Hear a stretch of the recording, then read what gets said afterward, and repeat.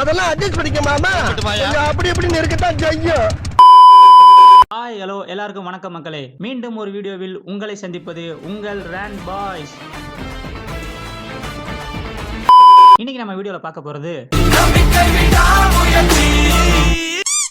விடாமுயற்சியோட review தான். இல்ல வாயிலடிங்க விடாமுயற்சியோட rent தான் பார்க்க போறோம். நாங்க பண்ண போறது எதுவுமே ரிவ்யூ கிடையாது, எல்லாமே ரேண்ட் தான். இது முழுக்க முழுக்க எங்களோட opinion and point of view தான். No offence. வாங்க வீடியோக்குள்ள போகலாம். First neutral point. காமனா இந்த படத்தை ஏன் பார்க்கணும்னு பாத்தீங்கன்னா வேற எதுக்கு, ஏகேக்காக தான். ஏகேவையும் தாண்டி ஏகேவோட பெர்ஃபார்மன்ஸ்க்காக இந்த படத்தை கண்டிப்பா பார்க்கலாம்.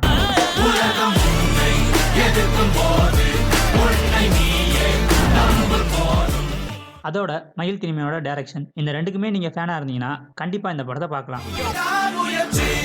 அடுத்தது பாசிட்டிவ்ஸ்னு பார்த்தோம்னா இந்த படத்தோட மேஜர் பாசிட்டிவ் நம்ம ஏகே தான். உண்மையிலே அஜித் இந்த படத்துல ரொம்பவே நல்லா நடிச்சிருக்காரு. அதிக எஃபர்ட் போட்டு ரொம்பவே கஷ்டப்பட்டு நடிச்சிருக்காரு. படத்தோட ஸ்டார்டிங்ல இருந்து எண்டிங் வரைக்கும் படத்தை த்ரூ அவுட்டா கேரி பண்ணி கொண்டு போறாரு. லிட்டரலி த ஒன் மேன் ஷோனே சொல்லலாம்.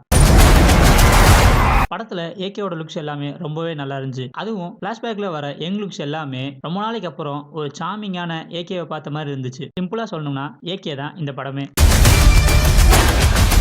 முக்கியமா சொல்லணும்னா ஏகேக்கு இந்த படத்துல மாஸ் சீன்ஸ் இல்ல, பஞ்ச் டைலாக்ஸ் இல்ல, ஹீரோ எலிவேஷன் ஷாட்ஸ் இல்ல. ஒரு காமன் மேன் எப்படி இருப்பானோ அப்படிதான் த்ரூ அவுட் இந்த படம் ஃபுல்லா நடிச்சிருக்காரு. அந்த மாதிரி மாஸ் எலமெண்ட் சீன்ஸ் வேணும்னு எதிர்பார்த்து போனீங்கன்னா கண்டிப்பா இந்த படம் உங்களுக்கு ஒரு ஏமாற்றத்தை கொடுக்கும். அதனாலேயே தான் இந்த படம் சில அஜித் ஃபேன்ஸுக்கு ஒர்க் அவுட் ஆகாம போச்சுன்னு நினைக்கிறேன். அப்படி ஒரு எந்த எதிர்பார்ப்பும் இல்லாம நீங்க போனீங்கன்னா இந்த படம் உங்களுக்கு ஒரு நல்ல எக்ஸ்பீரியன்ஸா இருக்கும். படத்துல சட்டிலான காமன் மேனா வர ஏகே ஒரு கட்டத்துல வேற வழியே இல்ல, தன்னோட மனைவியை காப்பாற்றணும்னா எதிர்த்து சண்டை போட்டு தான் ஆகணும்ன்ற சூழ்நிலையில ஏகே ஒரு டிரான்ஸ்ஃபர்மேஷன் எடுக்கிறாரு. அந்த இடத்தை நல்லாவே எழுதியிருந்தாங்க. அதை ஏகேவும் நல்லாவே பிரசன்ட் பண்ணியிருந்தாரு. இந்த படத்துல நிறைய இடங்கள்ல மாஸ் எலமெண்ட்ஸ் வைக்கிறதுக்கான வாய்ப்புகள் இருந்துச்சு, ஆனா அதை அவங்க பண்ணல. கண்டென்ட் மேல மட்டும் ஃபுல் ஃபோக்கஸ் பண்ணி ஏகேவும் மயில் திருமேனியும் இந்த படம் இப்படித்தான் வரணும்னு முடிவு பண்ணி நமக்கு அதை டெலிவரி பண்ணியிருக்காங்க. True to content without any distraction. ஸ்டார்டிங்ல இருந்து எண்டிங் வரைக்கும் ஸ்டோரியிலே டிராவல் பண்ணியிருக்காங்க. எந்த ஒரு டீவியேஷனும் இல்லாம. டீவியேட் ஆகிறதுக்கு நிறைய இடங்கள் இருந்தாலும் எந்த இடத்துலயும் டீவியேட் ஆகாம ஸ்டோரியில ஃபுல் ஃபோக்கஸ் பண்ணியிருக்காங்க.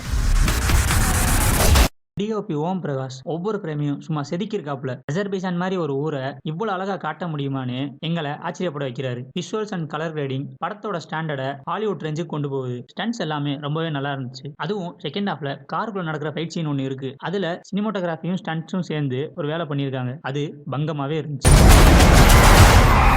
நெக்ஸ்ட் மற்ற ஆக்டர்ஸ் எல்லாருமே அவங்களுக்கு கொடுத்துருந்த ரோலை கரெக்டாக பண்ணியிருந்தாங்க. எஸ்பெஷலி ரெஜினாவோட கேரக்டர் படத்தில் நல்லாவே ஒர்க் ஆயிருந்துச்சு. நெக்ஸ்ட் அனிபாய் படத்துக்கு என்ன தேவையோ அதை பெஸ்ட்டாகவே கொடுத்துருந்தாரு. சாங்ஸ் அண்ட் பிஜிஎம்ஸ் எல்லாமே ரொம்பவே நல்லா இருந்துச்சு. படத்தில் மொத்தம் 3 சாங்ஸுமே ரொம்ப நல்லா இருந்துச்சு. சாங்ஸோட பிளேஸ்மெண்ட்டுமே கரெக்டாக இருந்துச்சு. சவடிக்கா சாங் வந்து விஷுவலாக ரொம்ப நல்லாவே இருந்துச்சு, ஒரு நல்ல வைபை கொடுத்துச்சு. தனியாக சாங் தியேட்டரில் கேட்கும்போது ஃப்ரெஷ்ஷாக இருந்துச்சு. பத்திக்கிச்சி சாங் படத்தோட பீக் மூமெண்ட்டாக இருந்துச்சு. படத்தில் கத்துறதுக்கு எந்த மூமெண்ட்டுமே இல்லைன்னு நினைக்கும் போது அனிபாய் இந்த பிஜிஎமோட வந்தாரு.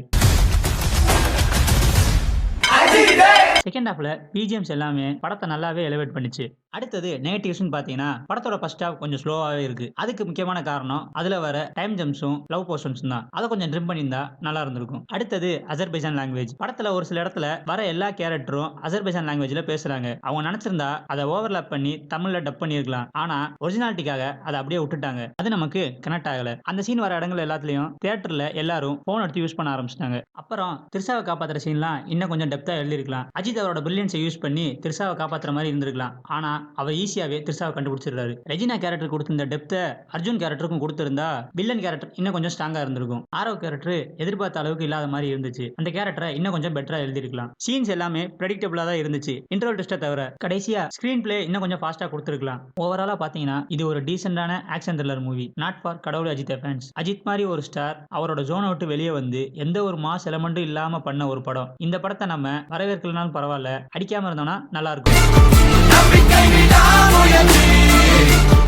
இதுதான் எங்களோட ஒப்பீனியன். உங்க ஒப்பீனியன் என்னன்றத கமெண்ட்ல சொல்லுங்க. அதோட நாங்க ஏதாவது தப்பா சொல்லியிருந்தாலும் அதை நீங்க கமெண்ட்ல சொல்லலாம். இந்த வீடியோ உங்களுக்கு பிடிச்சிருந்துச்சுன்னா லைக் பண்ணிட்டு மறக்காம சேனலை சப்ஸ்கிரைப் பண்ணிருங்க. அடுத்த ஒரு வீடியோவில் உங்களை சந்திக்கும் வரை உங்களிடமிருந்து விடைபெறுவது உங்கள் ரேண்ட் பாய்ஸ். டாட்டா. வரட்டாமாமே.